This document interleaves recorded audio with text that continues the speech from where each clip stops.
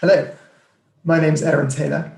I'm an associate lecturer in the Department of Law here at Goldsmiths, and I'm also a barrister in full-time practice in London. And I practice a range of commercial law, so everything banking and finance to art law, aviation, and I have a particular interest in fraud, which is the focus of my teaching here at Goldsmiths.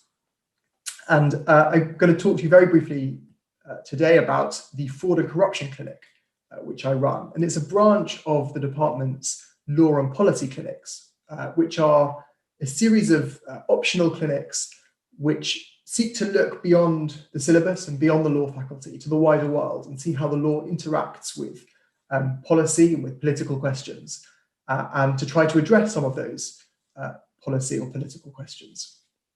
In this case, focusing on the law of fraud and corruption. And we really look at three themes in this clinic. We start by looking at corruption itself. We look at the big international conventions on corruption. And we also look at what bribery is within the civil law of England and Wales. So it's not just a criminal wrong, bribery, it also can affect contained commercial transactions. And we look at how the law deals with that. In the second week, we look in particular at the very difficult and complex problem of corporate company liability in the criminal law. How is it that a company can be criminally liable for a wrong? What tools does the law have to deal with that issue? We also look at some particular financial crimes. And in the third session, we look at enforcement.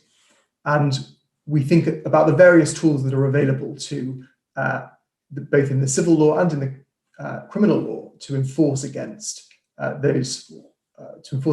fraudulent or corrupt acts. And some of these are things you may have heard of that appear quite frequently in the news, like, for example, unexplained wealth orders or deferred prosecution agreements. These are all quite new and interesting legal tools. The clinic is completely student-led. So the sessions are, each one has a couple of presentations from a small group or a pair of students participating in the clinic who take the group through the topic that they've researched.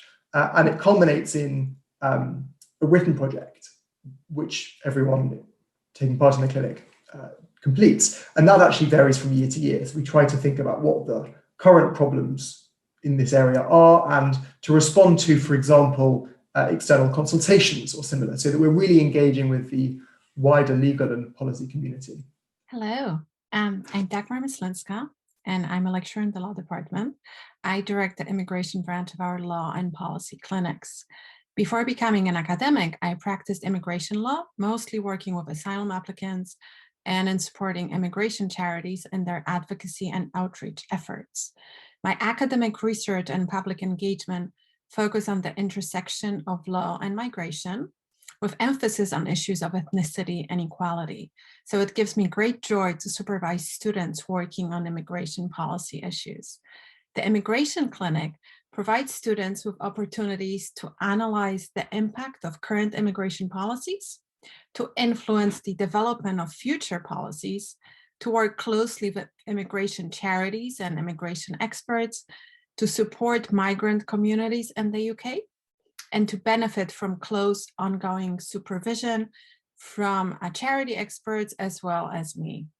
Key topics that are addressed in the clinic include immigrants' access to rights and poor decision-making by the Home Office when applying immigration policies. Participation in the Immigration Clinic is optional, student-led, and fairly flexible. It is open to all students, including Year 1 students, and allows students to participate during just one term or for as long as they wish. Students may choose specific projects to work on based on current needs of our charity partners and based on students' own interests and preferences. Students can work individually or in small groups, largely around their other time commitments. In addition to ongoing individual support from relevant charity experts and from me, we have 4 formal sessions per term in which all students participate. This includes expert presentations, project-specific training sessions with immigration experts, with me or with the law librarian, and as well as presentation of student work. At the end of term, students submit written reflections on the work they had done for the clinic. And just to give you a taste of what the clinic students work on, currently the students and I have been collaborating closely with the charity Migrants' Rights Network to work on several of their projects, including one, researching the legality of recent Home Office rejections of permanent residency applications by highly skilled migrants due to historical self-reported tax discrepancies. 2, interviewing employers who had been rated by the Home Office to establish whether the Home Office has been using sufficient evidence and following correct procedure before conducting such raids. 3, coming up with legal arguments to challenge the planned opening of a new detention center in Newham. And 4, updating educational materials to inform immigrants of their rights in the UK.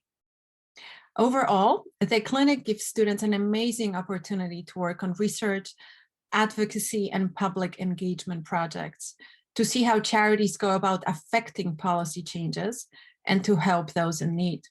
In the process, students are able to gain greater appreciation of the impact of law on real lives and of how we as a society can work together to create a more humane country.